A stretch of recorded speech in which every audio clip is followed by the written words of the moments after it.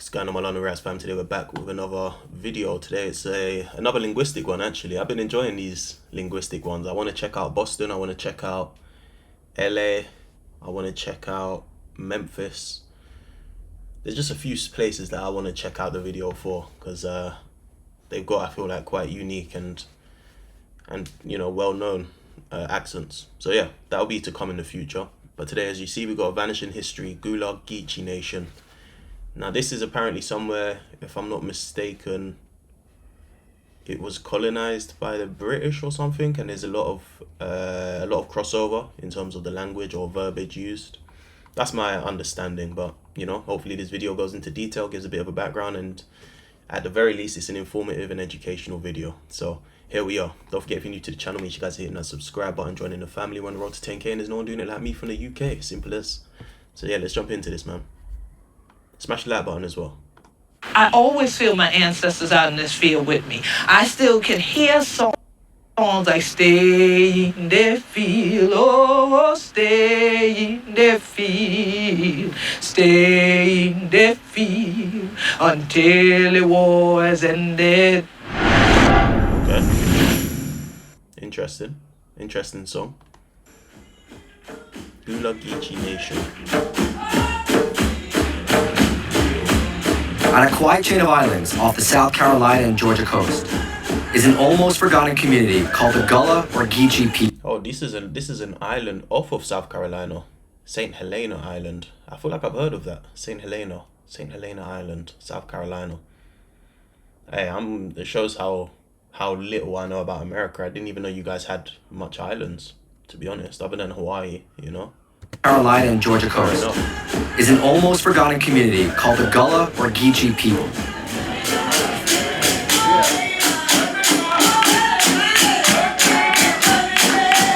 I'm not gonna lie, it's very much, I was gonna say, this is very much giving African. It looks like you're in an African place, and then you see these gentlemen, these finely dressed gentlemen, and then it brings you back to looking American.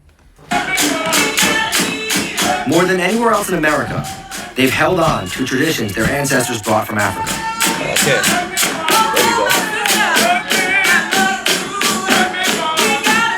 go. They've stayed on the isolated former plantation land where those ancestors were once enslaved and developed a culture and language known as Gullah.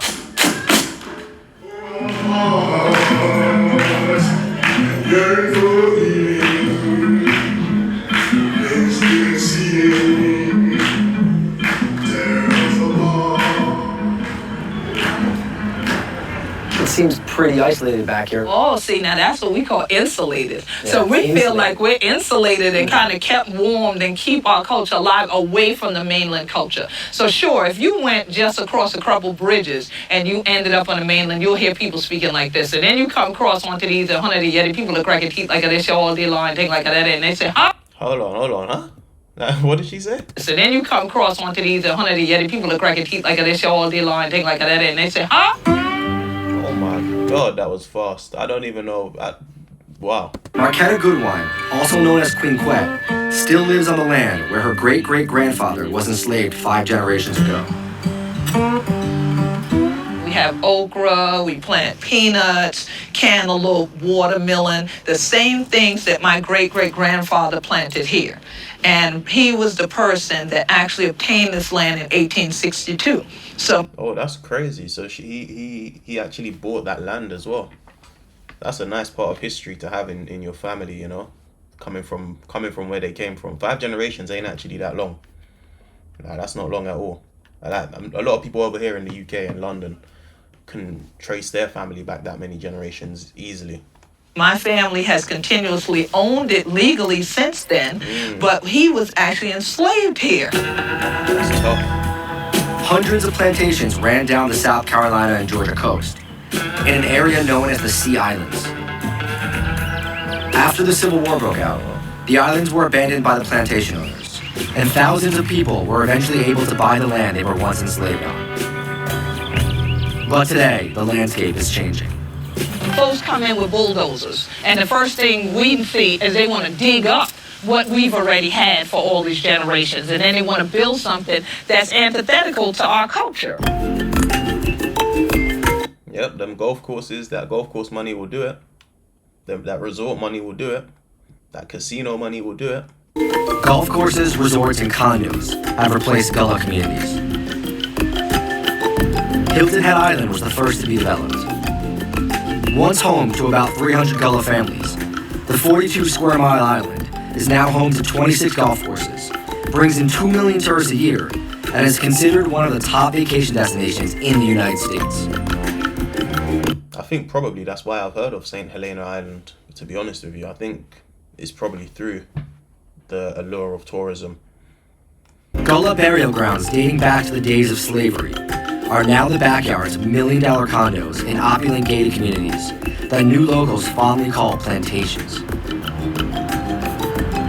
That development boom is slowly spreading to other areas nearby. You can hear right now construction in the distance, something else being built. Yep. One of the things that you'll notice that you'll never see outside of Gullah Geechee homes usually are signs like that. No trespassing. Well, that's part of the interesting thing is that the land that the Gullah Geechees own, it's all communally owned. Absolutely, yeah. Most people live on what is in the law called heirs property.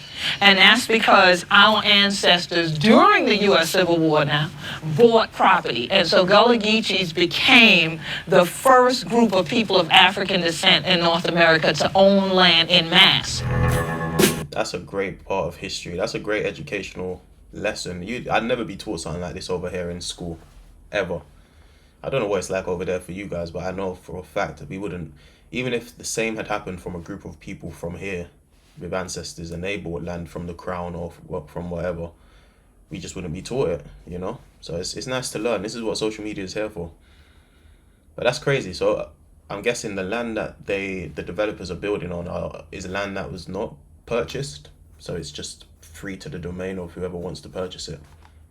Gullah landowners sought to own the land communally among their extended family. Over generations, this communally owned land was passed down to hundreds of heirs, often without legal documents like wills or clear titles. An informal shared ownership system developed, which came to be known as heirs property. Oh, okay. Until recently, heirs property arrangements kept family properties from being sold because families depended on the land and each other.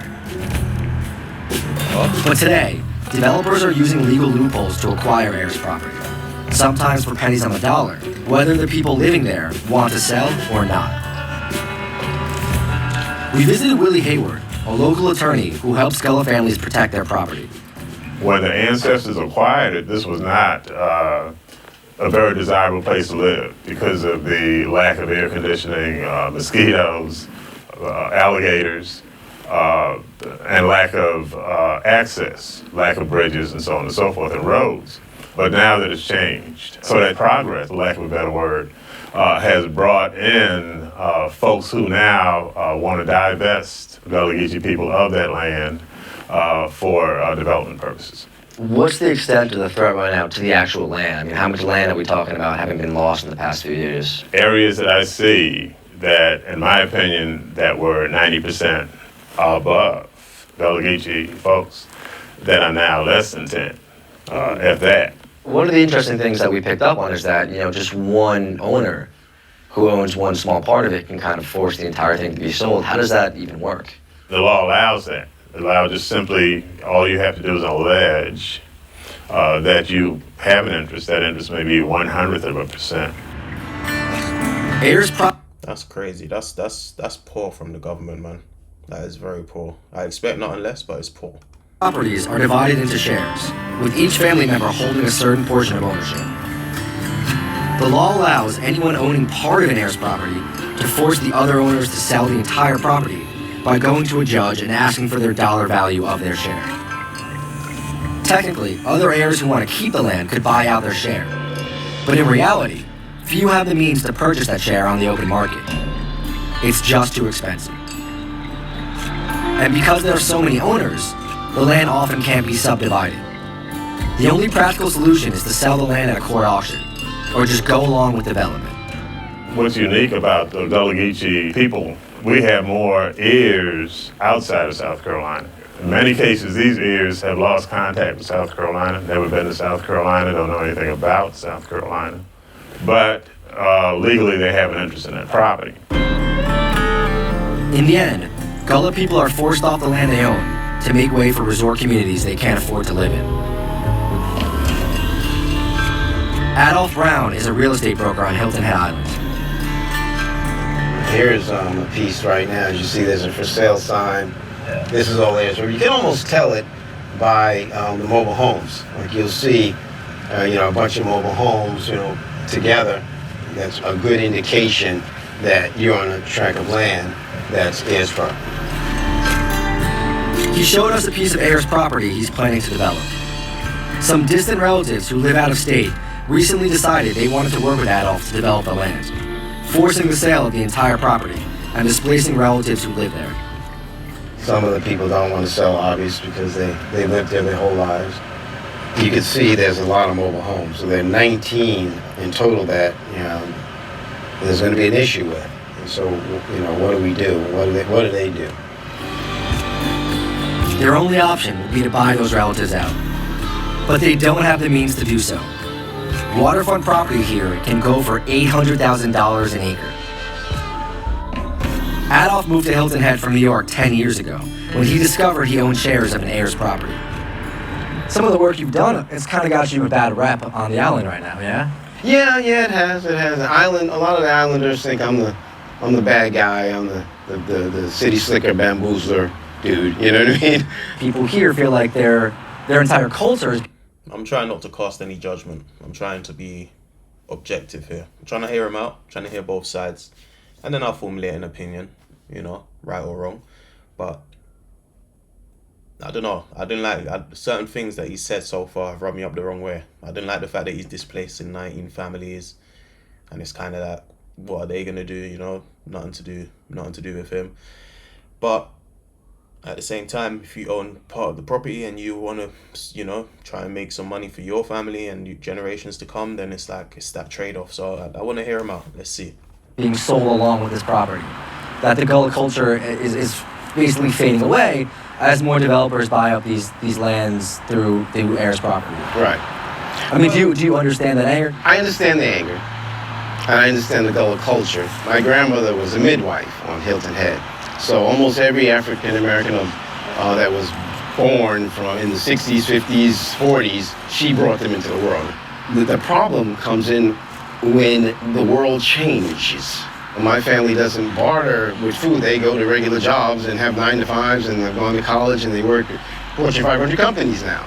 So it's kind of, you can see the division. Like, I'm sure there are people who think of this as like a boon, just like they won the lottery almost. And there's others who think of it as, I'm losing my way of life, I'm losing my home. Right. And trying to rectify those two situations. What solution can you come up with? The only solution I've ever seen is to develop it. And I give people this analogy of the American Indians that were, downtown Wall Street.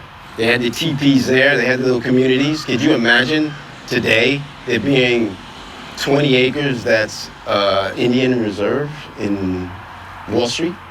Yeah, but it can't happen. That was hundreds. Yeah, I don't like that statement. That was a terrible analogy. You don't like that, the thought of it, because you can't imagine it. But why not? Why could there not just be a certain section? I don't know. I say it like for over here. I don't know what it's like. I don't want to get shadow banned and nothing like that. But there's a certain community over here who have their own police, their own ambulances, their own areas, let's say, their own laws, their own protections, and that's very much thriving. I mean, that group of people pretty much run the world today anyway, and it makes sense. So I mean, even the other day, someone got attacked. Someone was attacked with a knife. They ran away. They didn't actually get harmed. Black guy was the culprit. And then it's been announced a day later, there's £25 million going to improving safety for that community. Like, certain things just don't make sense. But anyway, I'm saying all of this to say that community and their provisions are thriving today. So anything can thrive if they have the right conditions. That's basically my point. So I didn't like his statement there. But yeah, make sure you guys hit that subscribe button. Years ago. What I'm saying is either you have to be progressive, or you will get run over, taxed out, moved out. Eventually. That is right though. he is right on that. It's like, especially as a black person, you either have to be part on board with it or get ran over by it. So it's like, I hear that side of things. It's like, are you gonna move with the times, or are you gonna be a victim of the times? What will happen?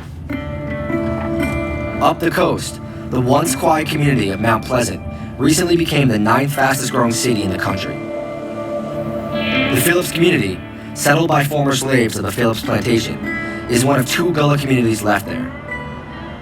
So we're in Phillips community right now, which is a Gullah community right outside of Charleston. And this kind of used to be a really isolated area, but now basically what you have is all these developments that have sprung up around it. So it's kind of like a donut hole. So it's only really a question of time how much longer the people here can hold out before they're either priced out or their homes are bought out from underneath them. That is tough. Lawrence Palmer has spent his whole life here.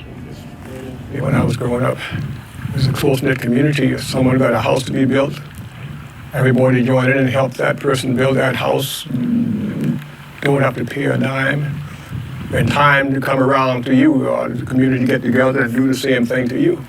And now it seems like a lot of people are trying to get this property right here. Oh yeah, they are moving in very swiftly. And are people trying to actively get your land right now? Are they trying to buy your lands? Oh yeah, they tried to buy my property several times, but I told them no, it's not for sale. When I should die, I hope that some of the family members would step up and try to keep it for the future generation. This community was one big family, but now the community is far divided. Everybody is more like an individual. Number one, looking out for number one. The heck was the rest.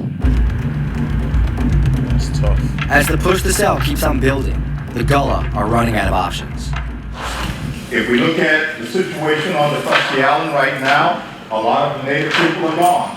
The few pockets of Gullah Geechee on St. Simon is drying up like the water of California today. It's all but non-existent. How can we stop this? We don't really have a community, or I guess we have maybe a few neighborhoods, but not a real community, and I think we need to develop them. And that's one way to stop people from encroaching on your land. We need to meet with each other. We want to meet right after the funeral when emotions are out of control. There's a serious erosion of trust too within the black community. Without trust, we definitely can't be unified. And in my family, we lost a lot of land. But the thing of it is like I started something new. I started buying land, and I wanted, because I know the importance of land, and I want to keep it in the family. I want to keep it going. This is something that we all need to take with us and to explore ways in which we can do that. And one of the ways that we may have to do this is the African spirit. And let's see whether or not the African spirit can come and bring some knowledge or wisdom into this problem that we're having as a culture and as a people. I mean, the solution is community. The solution is everybody working together for this, for the greater good, as opposed to individualism or separatism. In addition to these community meetings, the Gullah turn to traditions rooted in those their ancestors brought here more than 200 years ago.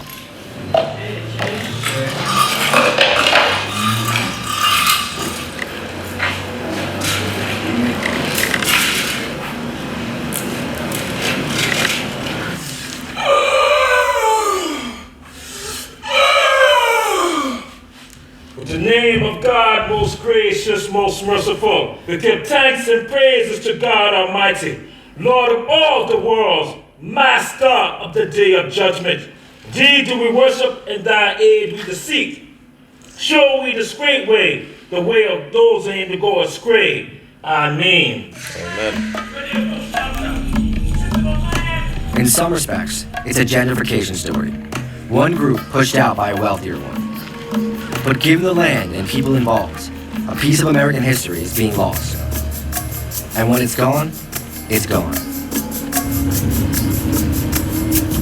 Hey man, that was a bit more educational and insightful than I was expecting it to be, if I'm being honest. I thought we was going in for you see the title, what I searched anyway, I thought we was going in for a linguistic video. But we got a history lesson, and one that I wouldn't have known otherwise, so I'm very grateful for that.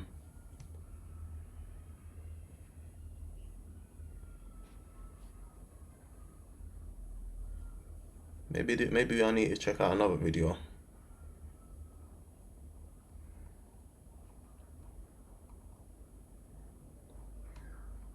This one maybe? So my name is Carolyn Jabulile White. Okay. I'm one of Charleston's Gullah storyteller. I do a lot of Gullah storytelling because I would love for the children to know more about their heritage, about the language, to be proud of it like I am. Very proud of my culture. Okay, I like this. I like the look of this. You guys got a teaser.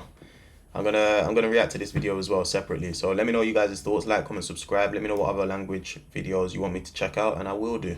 We'll see you then.